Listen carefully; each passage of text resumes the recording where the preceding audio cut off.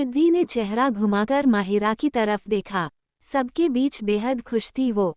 सिद्धि phone दूसरे कान से लगाते हुए बोली, बहुत खुश है पापा। इतनी की बता नहीं सकती। घर आकर आपको सब कुछ बताती हूँ। इतना कहकर सिद्धि ने फोन काट दिया। आनंद उसके पास चला आया। किसका फोन था? अंकल का। हाँ पापा पूछ रहे थे हम लोग कब तक लौटेंगे। सिद्धि मुझे क्यों ऐसा लग रहा है तुम खुश नहीं हो? आनंद के इस सवाल पर सिद्धि हंसने लगी। ये आपसे किसने कहा मैं खुश नहीं हूँ? जरा देखें मेरा चेहरा और फिर बात कीजिए मुझसे। पता नहीं सिद्धि, कभी कभी ऐसा लगता है जैसे कि तुम खुश रहने की कोशिश कर रही हो लेकिन अंदर से खुश नहीं हो। सिद्धि एक गहरी सांस छोड़कर बोली, अच्छा तो ये बात है। अच्छा ये बताइए नई पाए आपने कौन सी शुरू कर दी? इंसान का चेहरा पढ़ना बहुत मुश्किल काम है, ये रहने दीजिए। इतना कहकर सिद्धि कृतिका और माहिरा के पास चली गई। आनंद उसे देखते हुए मन में बोला, सच कहा तुमने सिद्धि, चेहरा पढ़ना इतना आसान काम नहीं। अगर ऐसा होता तो अब तक तुम मेरा चेहरा पढ़ चुकी होती। पार्टी काफी देर तक चली। सिद्धि और माहिरा को घर ड्रॉप कर आनंद और कृतिका भी अपने घर के लिए निकल गए। सिद्धि माहिरा से बोली, तुम अपने कमरे में जाओ, मैं पापा को देखकर आती हूँ। माहिरा अपने कैरी बैग्स संभालते हुए अपने कमरे में चली गई। सिद्धि सोमनाथ जी के कमरे में पहुंची। दरवाजा खुला हुआ था और सोमनाथ जी बिस्तर पर बैठे किताब पढ़ रहे थे। सिद्धि ने दरवाजा नोक किया और फिर अंदर चली आई। तुम कब आई बेटा? बस अभी अभी आई पापा। आप अभी तक जाग रहे हैं? बस नींद नहीं आ रही थी तो सोचा किताब पढ़ लूं।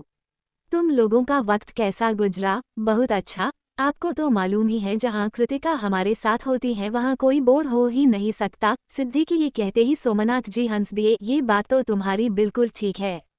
वो बड़ी हंसमुख बच्ची हैं। भगवान उसे ऐसे ही हंसता मुस्कुराता रखे। सिद्धि उनके हाथ से किताब लेते हुए बोली, अच्छा चलिए अब आप इसे रखिए और लेट जाइए। इत्मीनान से सवेरे पढ़ लीजिएगा। जो हमारी बेटी का हुक्म उसे कैसे टाल सकते हैं। सिद्धि उन्हें गुड नाइट बोलकर वहां से चली गई। सुबह का वक्त, शिव का कमरा। शिव इस वक्त किसी के साथ फोन पर बिजी था। नंदिता जब उसके कमरे में आई तो देखा बेड पर सामान बिखरा हुआ था।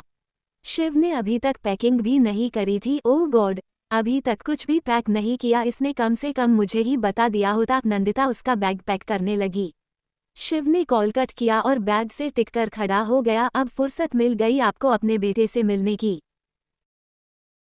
अपने बेटे के लिए मेरे पास वक्त ही वक्त है। तुम्हें पता है मुझे तो अभी से घर खाली खाली सा लग रहा है। शिव हंसते हुए बोला, मॉम मैं काम से जा रहा हूँ, ससुराल नहीं। आप तो ऐसे एक्ट कर रही हैं जैसे मेरी विदाई हो रही है। एक मिनट, क्या कहा तुमने अभी? काम से जा रहे हो? वहाँ कौन सा काम है तुम्हें? तुम तो। इससे आगे नंदिता कुछ कहती शिव उनकी बात काटते हुए बोला, सही सुना आपने, अपने ऑफिस के काम से जा रहा हूँ। पर शिव, लड़की? कौन लड़की? अच्छा वो, फुर्सत मिली तो मिल लूंगा। एंड माय स्वीट मॉम, मैं उसे इनकार ही करूंगा। आप प्लीज यहाँ डैड और दादी को संभालिएगा। शिव, वो लड़की काटने लायक नहीं है। बिल्कुल परफेक्ट मैच है, तो मैं एक बार उससे मिलो तो सही। नंदिता ने अपनी बात पूरी की तो शिव बोला, मेरी मॉम इतनी आसानी से किसी की तारीफ नहीं करती। इट्स मीन लड़की में कुछ तो खास, वो उससे मिलकर तय करूंगा। ऐसी कौन सी खासियत देखी आपने उस लड़की में? नंदिता मुस्कुराते हुए बोली, खास बात तो है। सिर्फ दिखने में ही नहीं, हमारे स्टैंडर्ड की भी है। अच्छा चलो मुझे बताओ तुम्हें और क्या क्या चीजें रखनी है। शिव ने पैकिंग करने में नंदिता की मदद की। इधर आकाश बालकनी में टहलते हुए फोन पर किसी से बात कर रहे थे। Why you don't understand? कहा ना मैं मंडे को आ रहा हूँ। It's not joke. Jyoti Akash की चाय लेकर कमरे में पहुंची तो देखा वो वहां नहीं थे। ज्योति को बालकनी से उनकी आवाज सुनाई दी तो वो देखने चली आई। मेरा ब्लड प्रेशर मत बढ़ाओ, मैंने एक बार जो कह दिया सो कह दिया। उसके बाद आकाश बात करके करते जैसे ही पीछे पलटे, उनके हाथ से लगकर चाय का कप नीचे गिर गया और इसी चक्कर में आकाश के हाथ पर गर्म चाय भी गिरी। कहाँ ध्यान है तुम्हारी? आंखें बंद करके चलती हो क्या? आई एम सो सॉरी आकाश। आप जैसे ही पीछे पलटे, आपका हाथ लगा और चाय नीचे गिरी। मुंह बंद रखो, तुम्हें कुछ दिखाई कहा देता है, आकाश ने चिल्लाते हुए कहा और रूम के अंदर चले गए। ज्योति इस वक्त काफी घबराई हुई थी। उसे क्या मालूम था अचानक ये सब हो जाएगा। वो कमरे में लौट आई। आकाश जैसे ही वॉशरूम से बाहर निकले ज्योति ने पूछा, मैं दवा लगा दूं, हाथ पर जलन थोड़ी कम होगी? रहने दो, कुछ न करो, उसी में बेहतरी है तुम्हारी। ये कहते हुए आकाश बाहर चले गए। शिव जाने से पहले मंदाकिनी जी से मिलने उनके कमरे में पहुंचा। क्या मैं अंदर आ सकता हूँ? शिव अंदर आओ बेटा, किसने रोका है तुम्हें? मैं बस निकल रहा था दादी, सोचा आपसे मिल लूं। शिव अंदर चला आया। मंदाकिनी जी ने कबर्ड से एक बॉक्स निकाला और शिव के पास चले आए। जब आप लड़की को देखने जाओगे तब ये छोटा सा तोहफा हमारी तरफ से दे दीजिएगा, खाली हाथ बिल्कुल मत जाइएगा। डोंट वरी, पूरे शहर के फ्रूट्स खरीद लूंगा, शिव ने मुस्कुराकर कहा। उसके जाते ही मंदाकिनी जी मन ही मन खुश हुई। सुबह का वक्त, डीएसबी कैंपस। सिद्धि लाइब्रेरी में थी। उसके फोन की रिंग बजी तो वो रिसीव करती हुई बाहर चली आई। हेलो, क्या आप माहिरा आचार्य की बड़ी बहन बात कर रही हैं? जी हाँ, लेकिन आप कौन हैं?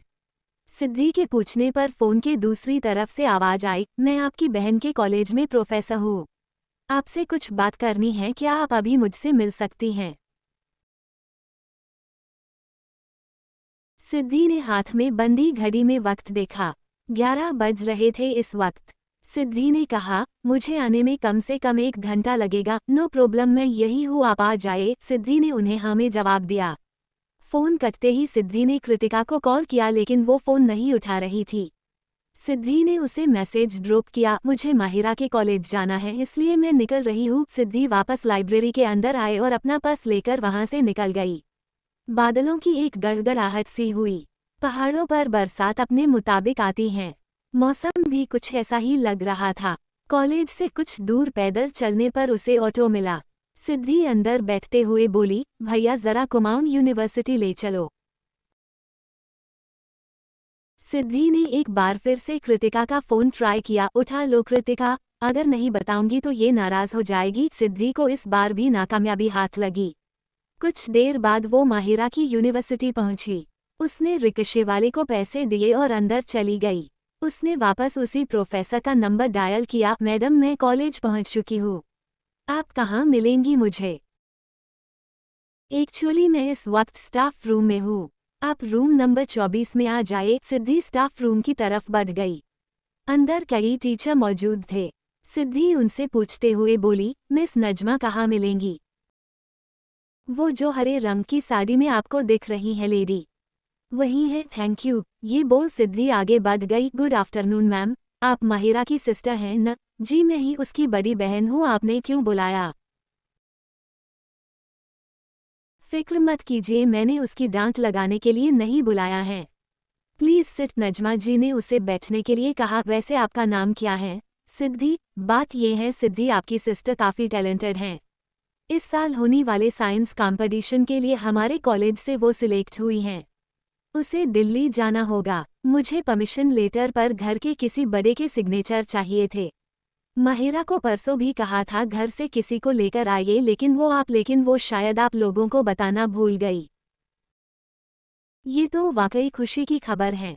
वैसे मुझे साइन कहाँ करना है? सिद्धि के पूछने पर नजमा ने उसके आगे फॉर्म बाया। मैम क्या मैं अपनी सिस्टर से मिल सकती हूँ? इस वक्त उसकी क्लास होगी, फिर भी आप देख लीजिए। सिद्धि उन्हें थैंक यू बोलकर वहां से निकल गई। सिद्धि माहिरा से मिलने जब उसके क्लासरूम में पहुंची तो देखा अंदर प्रोफेसर पढ़ा रहे थे। सिद्धि बाहर ही रुक गई, नहीं उसे डिस्टर्ब करना ठीक नहीं। सिद्धि उससे मिले बिना ही चली गई।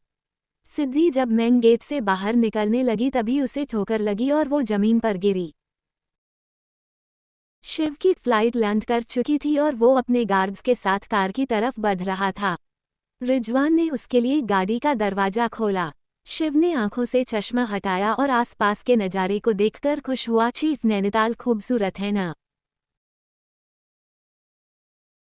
मुझसे ज्यादा नहीं। शिव ने एटीट्यूड के साथ चश्मा वापस आंखों पर चाया और गाड़ी के अंदर जाकर बैठ गया। उसकी गाड़ी एक एक कर रवाना हो गई। वही पास में खड़े गार्ड ने सिद्धि को खड़े होने में उसकी मदद की। बेटा तुम ठीक हो ना? नजर लग जाती हैं कभी कभी। सिद्धि हैरानी से उन्हें देखने लगी। गार्ड ने एक बार फिर पूछा, बेटा तुम्हें चोट तो नहीं लगी ना? सिद्धि अपने ख्यालों से बाहर निकली। उसने नमे सिर हिला दिया और थैंक यू बोलकर वहां से चली गई। उसने रिक्शा रुकवाया और उसमें बैठकर निकल गई। रिक्शा कुछ दूर ही पहुंचा था कि तभी अचानक से रिक्शे वाले ने रिक्शा रोका। सिद्धि पूछते हुए बोली, क्या हुआ भैया, आपने रिक्शा क्यों रोका? मैडम मैंने नहीं रोका, अपना आप रुक गया। स्टार्ट नहीं हो रहा? सिद्धि हैरान होकर बोली, ऐसे कैसे नहीं स्टार्ट हो रहा? आप फिर से कोशिश कीजिए। आप देख तो रही हैं मैडम स्टार्ट नहीं हो रहा है। एक काम कीजिए, आप कोई दूसरा रिक्शा देख लीजिए। रिक्शे वाले के ही कहने पर सिद्धि परेशान हो गई। दूसरा रिक्शा? लेकिन यहाँ तो कोई रिक्शा दिखाई नहीं दे रहा। सिद्धि ने उसे पैसे दिए और अपना पर्स संभालती हुई आगे बढ़ गई। शिव की गाड़ियां पेट्रोल पंप के पास खड़ी थी। फिलहाल वक्त लगने वाला था, इसलिए शिव गाड़ी से निकलकर बाहर चला आया। उसने इवांश से पूछा, और कितना वक्त लगेगा?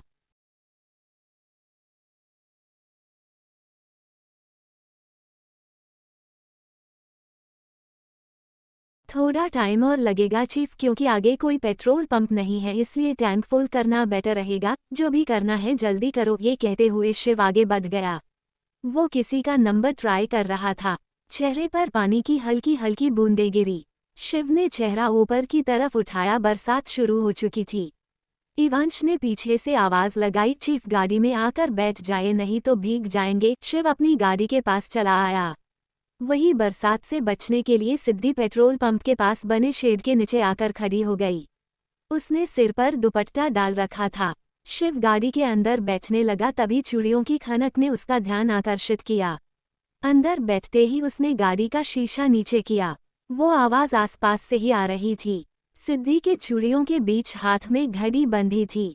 उसमें उलझे दुपट्टे को वो निकालने की कोशिश कर रही थी।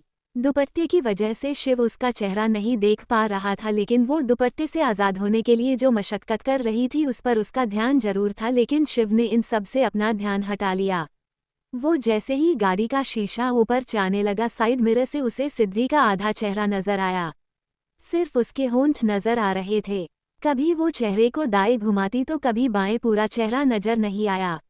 न जाने क्यों शिव उससे नजरें नहीं हटा पाया। शायद अधूरी कहानियां हर किसी को पसंद नहीं होती, इसलिए वो सिद्धि का चेहरा देखना चाहता था। इसी बीच रिजवान गाड़ी का अंदर आकर बैठ गया। अब हमें निकलना चाहिए सर। शिव ने गाड़ी का शीशा ऊपर चाया। रिजवान ने जैसे ही गाड़ी स्टार्ट की तभी किसी ने कार का शीशा नॉक किया। रिजवान ने जैसे ही शीशा नीचे किया, देखा सामने एक लड़की खड़ी थी। वो लड़की कोई और नहीं सिद्धि थी। वो बिनती भरे लहजे में बोली, आसपास कोई रिक्शा नहीं है और ऊपर से ये बरसात, प्लीज मेरी हेल्प कीजिए। आप सीधे जा रहे हैं ना? प्लीज मुझे बस स्टैंड तक लिफ्ट दे देंगे?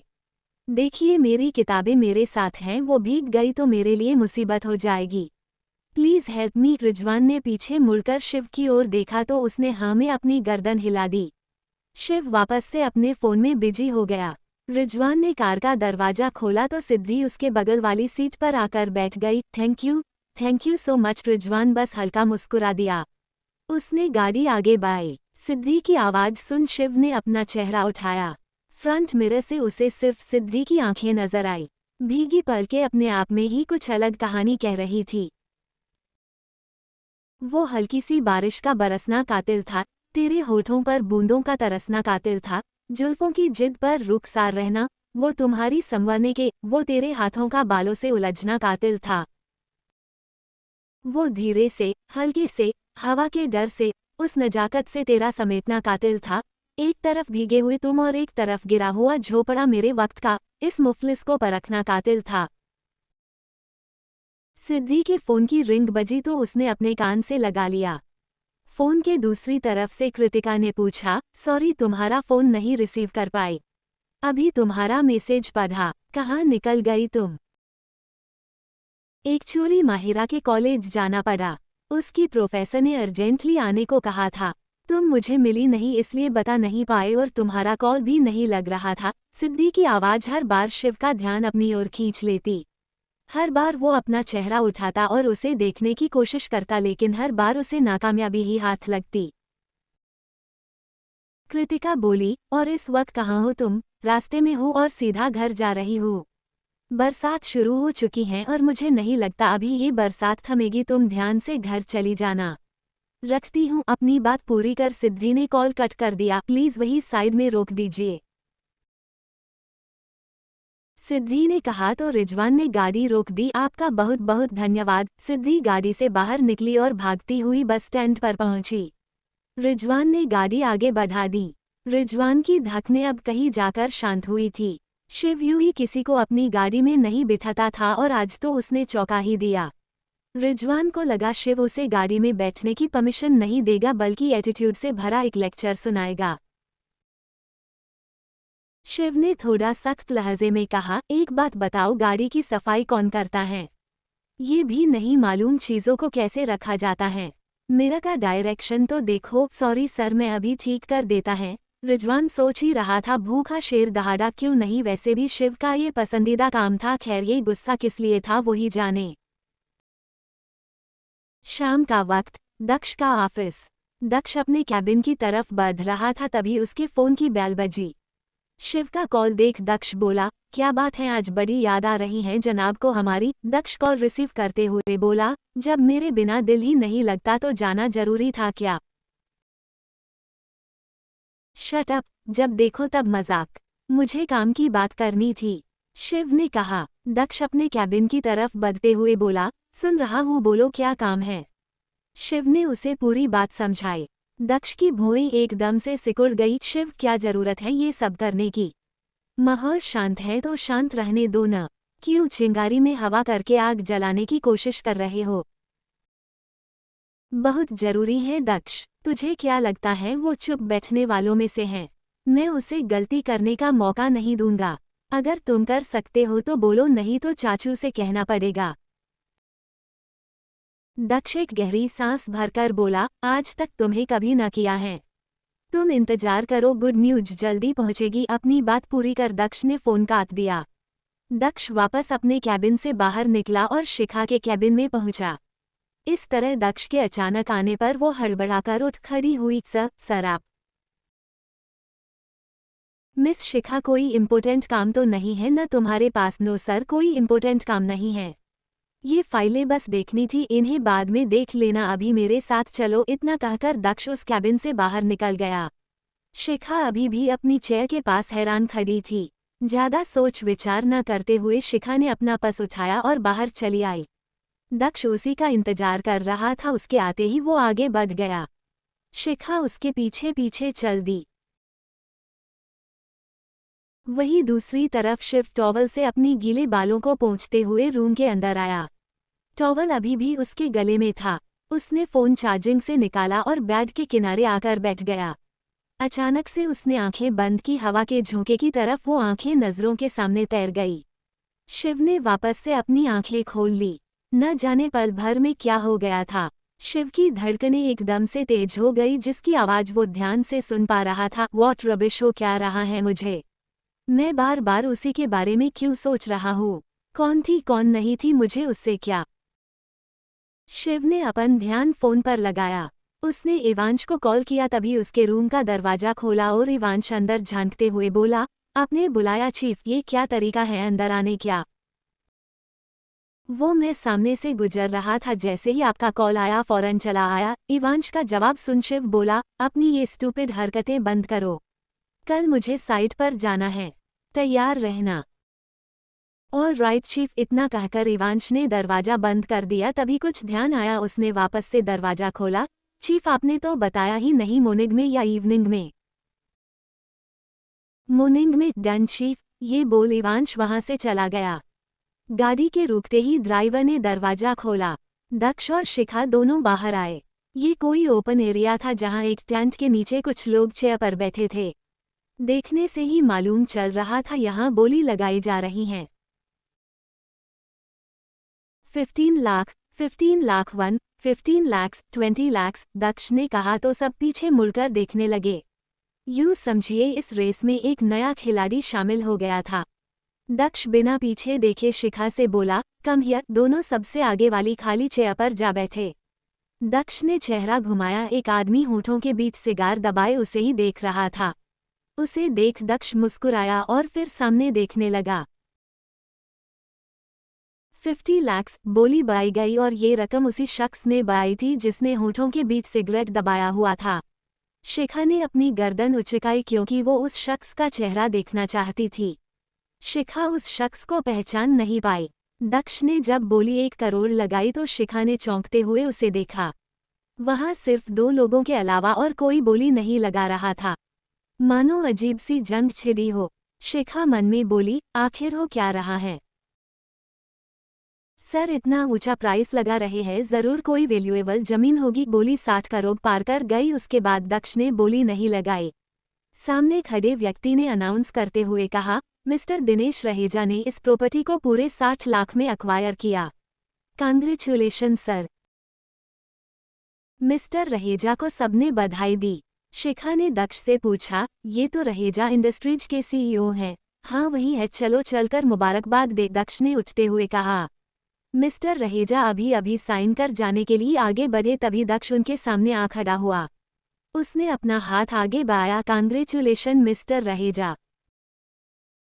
मिस्टर रहेजा ने आंखों से चश्मा हटाया और दक्ष का हाथ देख मुस्कुरा दिया। देखा, यहाँ आने का भी कोई फायदा नहीं हुआ, तुम्हारे हाथ खाली ही रहे। दक्ष ने अपना नीचे करते हुए कहा, कई बार सामने वाले को यही गलती होती है, लेकिन नजरों का धोखा ज्यादा समय के लिए नहीं रहता।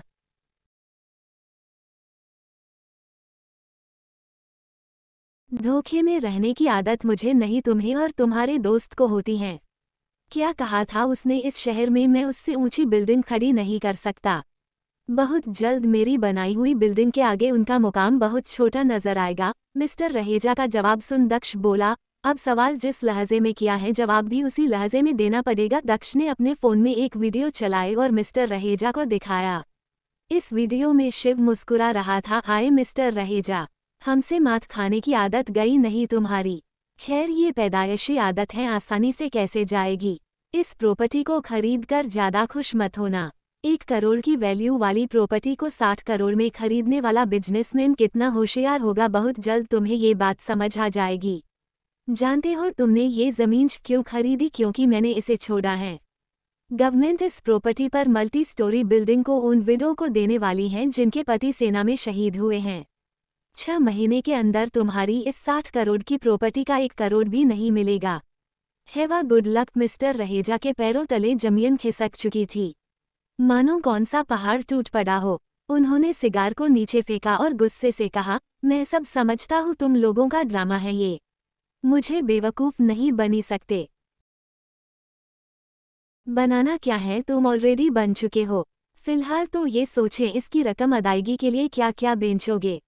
जब भी अपने विला की नीलामी करो मुझे खबर भिजवा देना, क्योंकि मैं खरीदने में इंटरेस्टेड हूँ। अपनी बात पूरी कर दक्ष वहां से चला गया।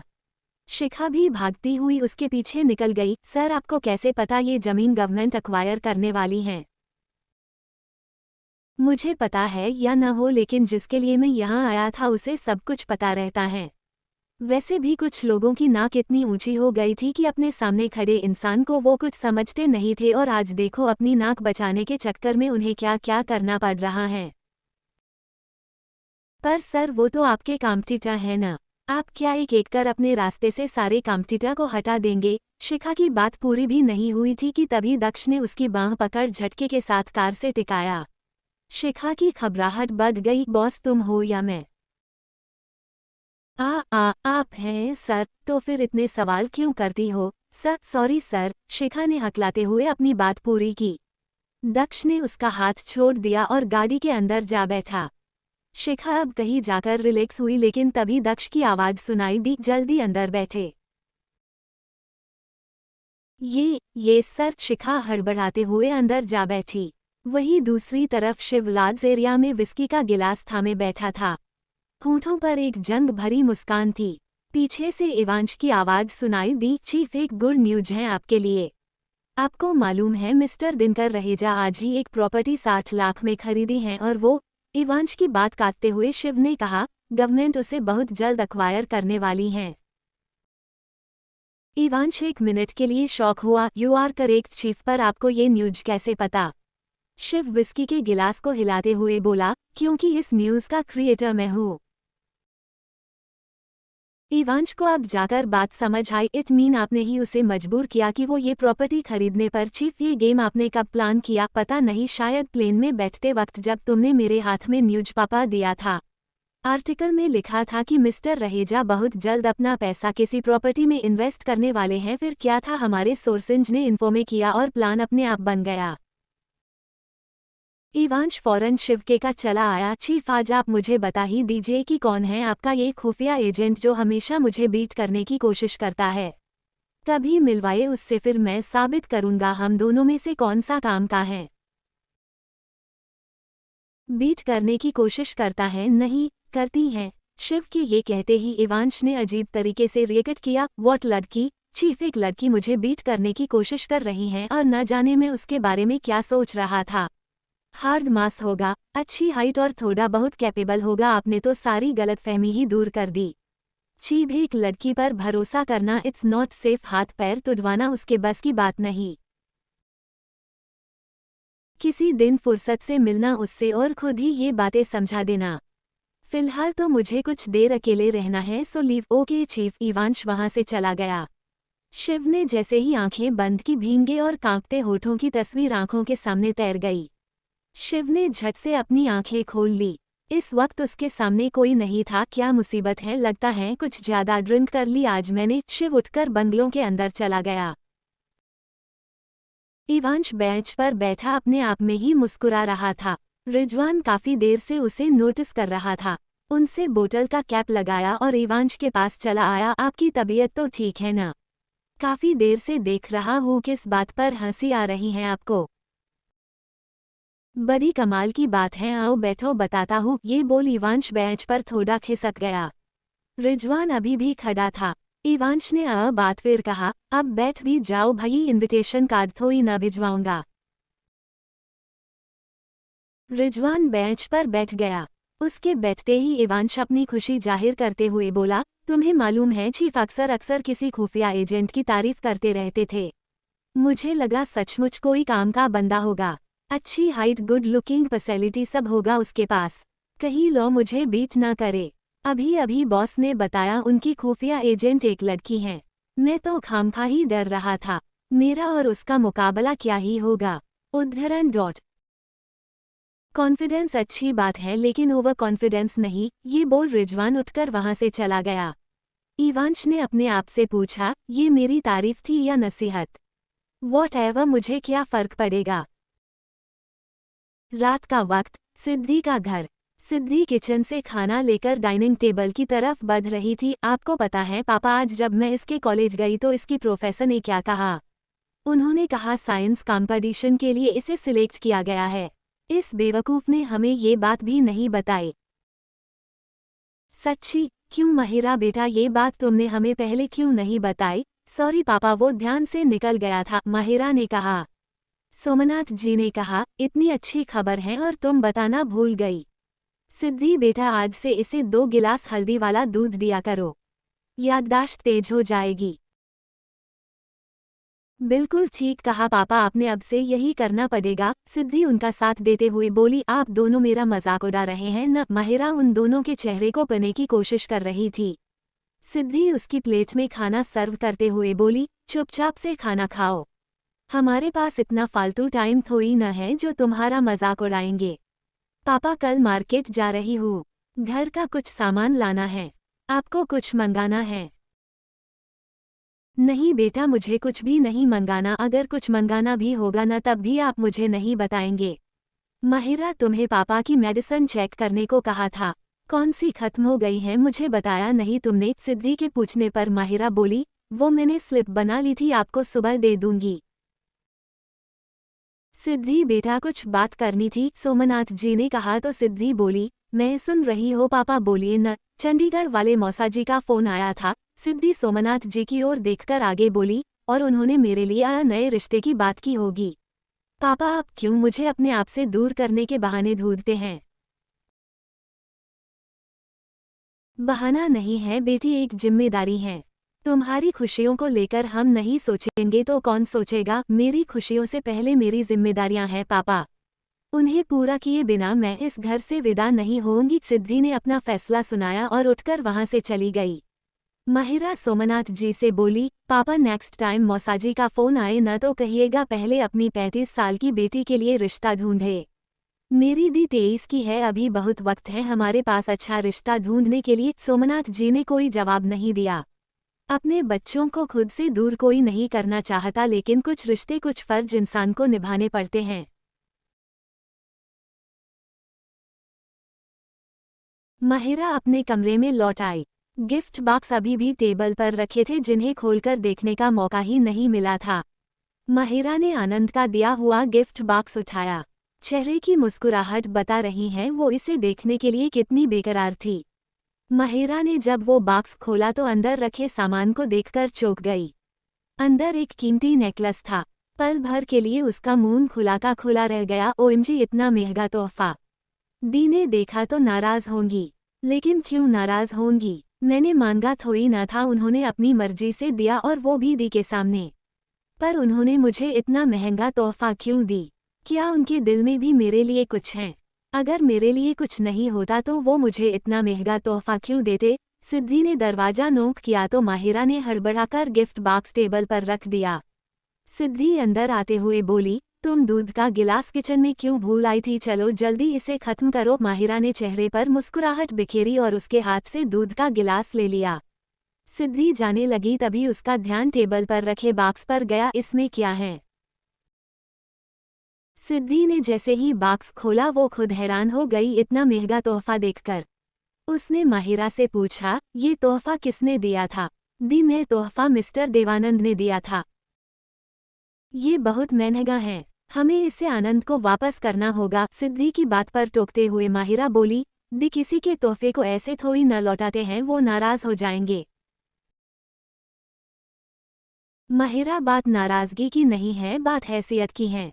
इतना महंगा तोहफा रखने की हैसियत नहीं है हमारी। मैं इसे वापस कर दूंगी। सिद्धि वो बॉक्स लेकर चली गई।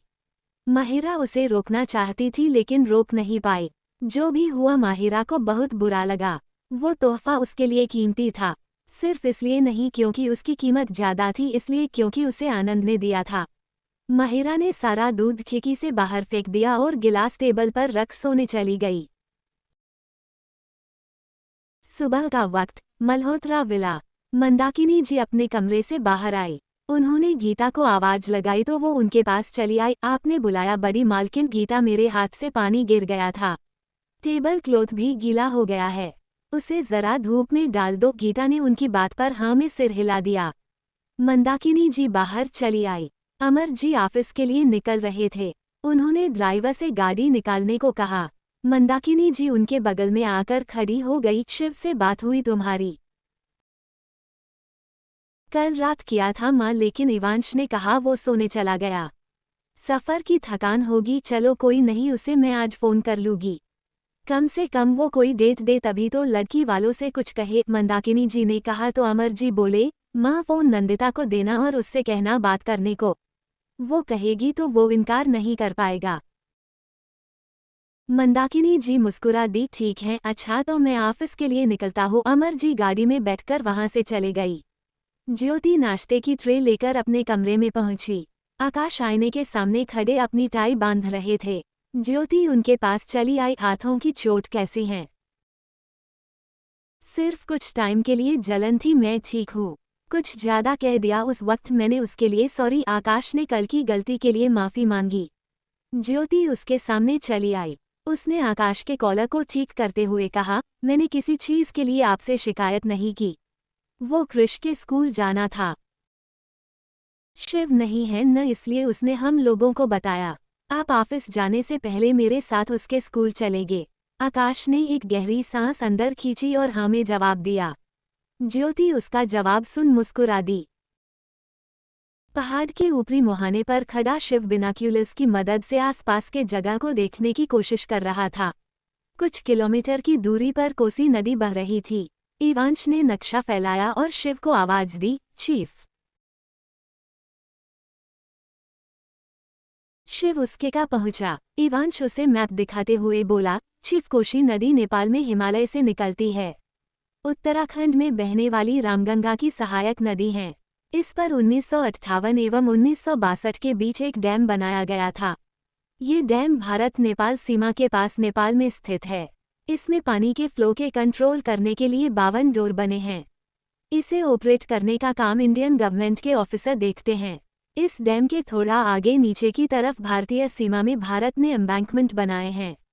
चीफ, हमारे लिए ये वाली जगह परफेक्ट होगी। यही पानी का बहाव ऊंचाई से गिरता है।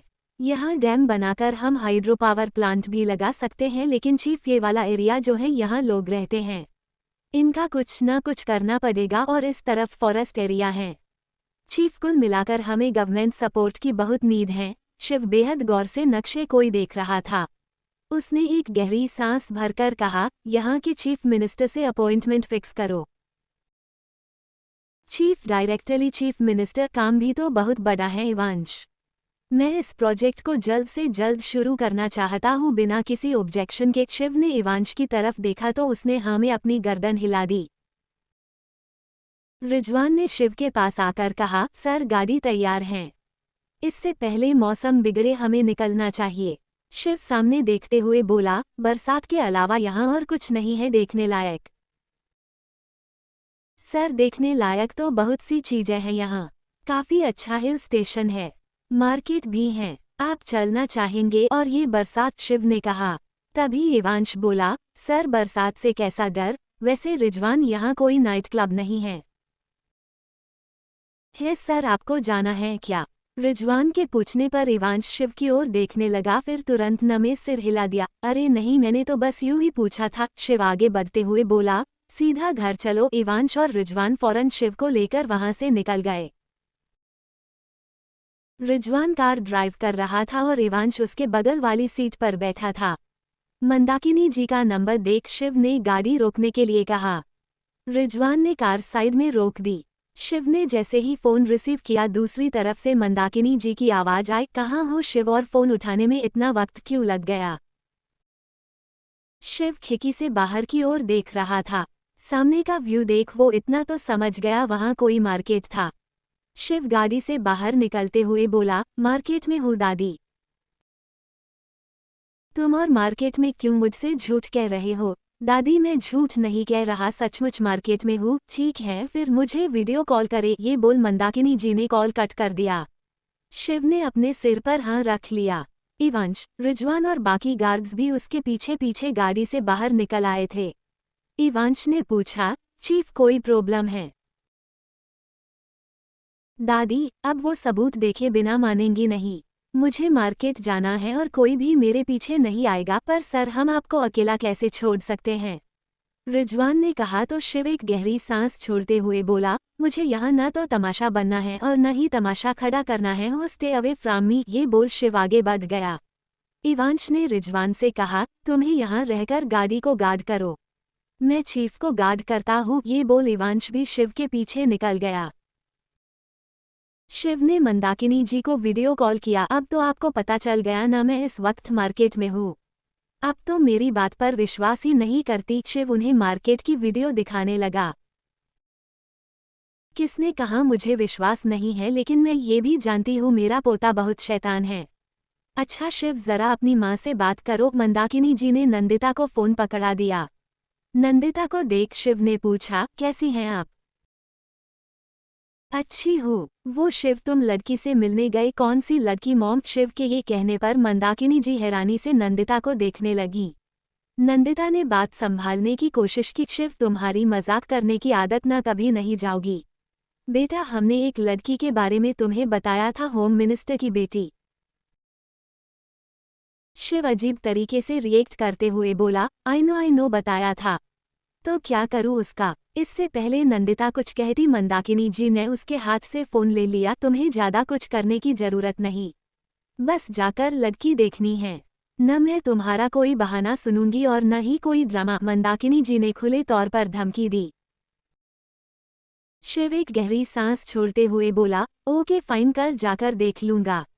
अब खुश। शिव के ये कहते ही मंदाकिनी जी का चेहरा खुशी से खिल गया। उन्हें मुस्कुराकर कहा, मैं आज ही उनके घर खबर भिजवा देती हूँ। फिलहाल मार्केट में हूँ दादी, बाद में बात करता हूँ, ये बोल शिव ने फोन काट दिया। दूसरी तरफ सिद्धि भी उसी मार्केट में थी।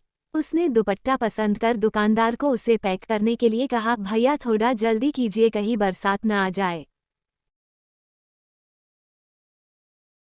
ये तो पहाड़ों की बरसात है बहन, ये बताकर थोड़ी न आती हैं, दुकानदार ने कहा तो सिद्धि उनकी बातों पर मुस्कुरा दी। जैसे ही वो दुपट्टा लेकर दुकान से निकली बरसात शुरू हो गई। लोग भी छत की तलाश में यहाँ वहाँ भागने लगे। सिद्धि भी सिर छिपाने के लिए भागती हुई एक दुकान के आगे खड़ी हो गई। बाकी लोगों की तरह वो भी थोड़ा बहुत भीग चुकी थी और इसी इंतजार में थी कब ये बरसात रुके। शिव उससे बस 8 से 10 कदम की दूरी पर था। इन फासलों के बीच कुछ लोग मौजूद थे, इसलिए दोनों में से किसी का ध्यान एक दूसरे पर नहीं गया।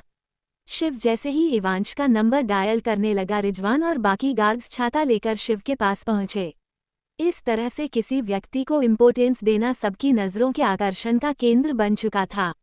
सब शिव और उसके आदमियों को ही देख रहे थे। चलिए सर, रिजवान ने छाता शिव की ओर बढ़ाया। शिव अपने आदमियों के साथ वहां से जाने लगा। सिद्धि ने नजरें घुमाई तो उसे शिव की पीठ नजर आई। शिव ने जैसे ही हाथों को झटका, उसकी खड़ी नीचे गिर गई। इस बात का उसे आभास नहीं था और वो अपने आदमियों के साथ आगे बढ़ गया। सिद्धि ने जब मैं देखा तो दौड़कर उस घड़ी के पास पहुंची।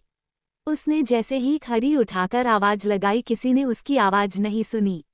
सिद्धि खुद की परवाह किए बगैर उन लोगों के पीछे दौड़ पड़ी। शिव की गाड़ी में बैठते ही रिजवान भी ड्राइविंग सीट पर जा बैठा। इवांश को वहां न पाकर शिव ने पूछा, इवांश कहाँ है? रिजवान जैसे ही जवाब देने को हुआ, सिद्धि ने खिड़की से अपना हाथ अंदर की ओर बढ़ाया।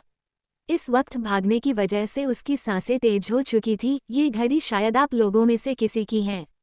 वहां गिर गई थी। मैंने आवाज दी लेकिन आप में से किसी ने सुना ही नहीं।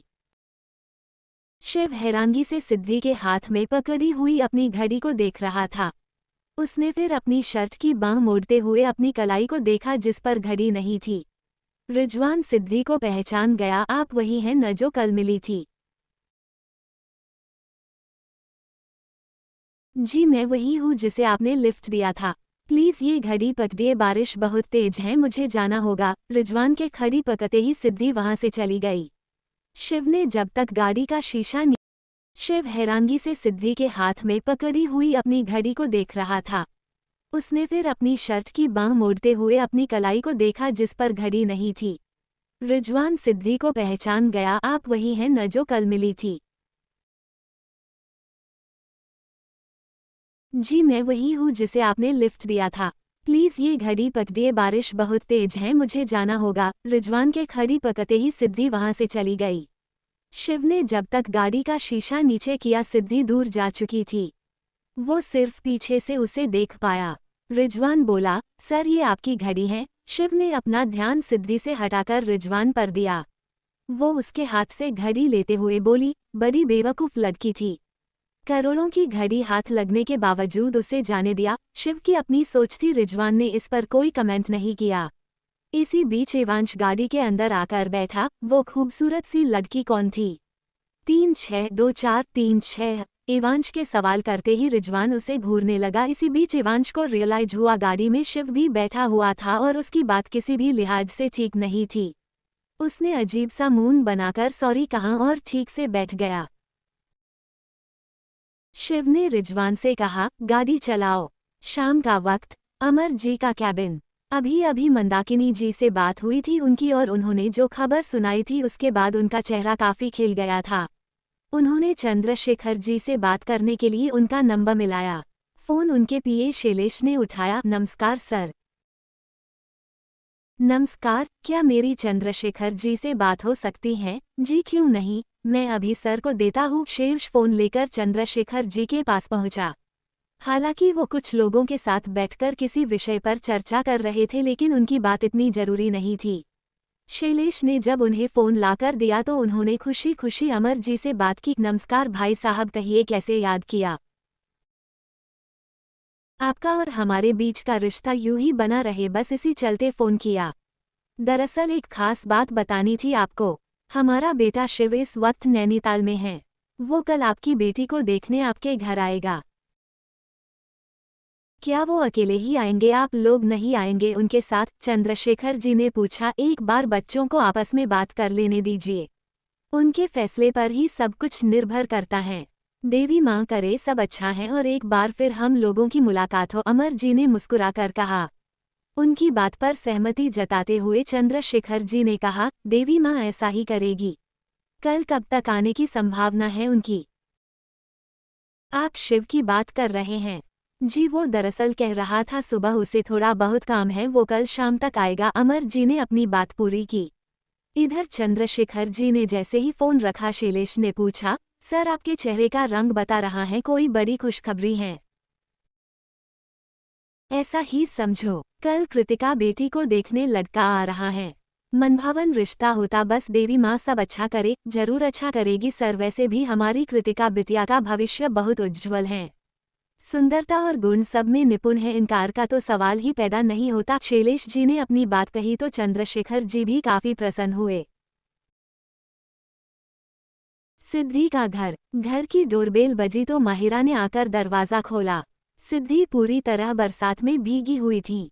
माहिरा ने पूछा, ये बारिश कहाँ हो गई? मार्केट में। अब ज्यादा सवाल जवाब मत करो, ये सामान पकड़ो, मुझे कपड़े बदलने हैं। सिद्धि ने सामान पकाया और अपने कमरे की तरफ बढ़ गई।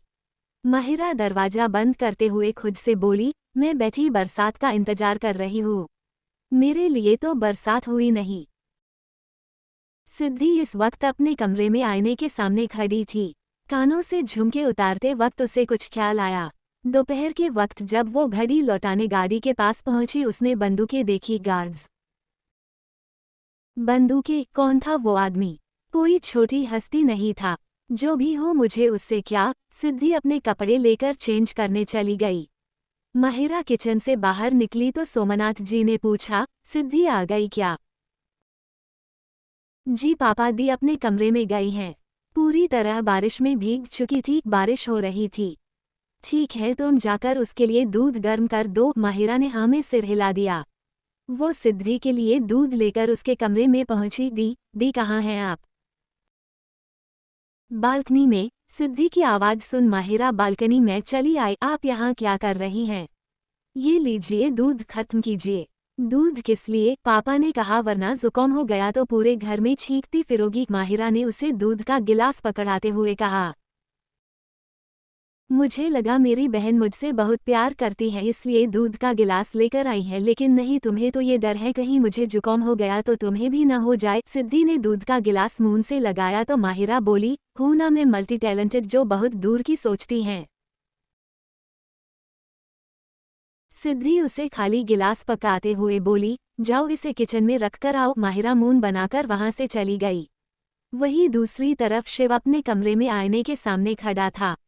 उसने शर्ट रिमूव कर सोफे पर फेंका और हाथ में बंधी घड़ी उतारने लगा।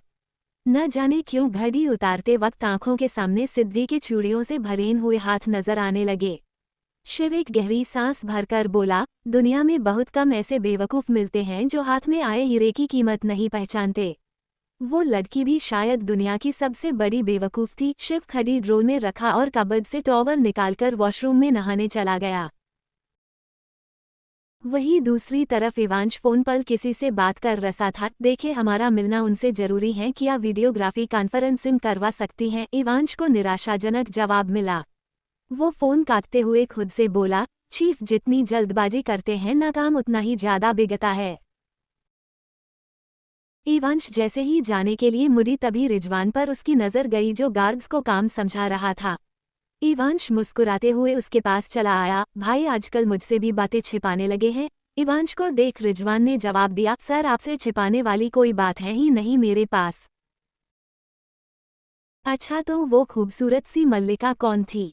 इवांश ने अपनी भौहें उचकाए। रिजवान वहां खड़े गार्ड्स से बोला, तुम सब जाओ यहाँ से। उन सब के जाने के बाद रिजवान ने इवांश की ओर देखा। जो भी थी आपके टाइप की नहीं थी, निहायती शरीफ घराने से थी। कुछ गलत मत सोचना। यार तुम तो ऐसे बात कर रहे हो जैसे कोई रिश्तेदार हो। इवांश ने कहा, रिश्तेदार नहीं थी, बस एक रोज पहले लिफ्ट दी थी हमने उसे। बात विचार से ही पता लग जाता है इंसान किस टाइप का है। रिजवान की बात काटते हुए इवांश ने कहा, तुमने लिफ्ट दी थी विदाउट चीफ की परमिशन के? नहीं नहीं, उस दिन शिव सर भी गाड़ी में थे। उनकी परमिशन के बिना कैसे बिठा सकता था? रिजवान का जवाब सुनकर इवांश को बड़ा ही ताज्जुब हुआ। इंटरेस्टिंग, चीफ आसानी से अपनी गाड़ी में किसी को नहीं बिठाते और उन्हें पता चले कोई उनकी इजाज़त के बगैर उनकी गाड़ी में बैठा है तो वो आग लगा देते हैं।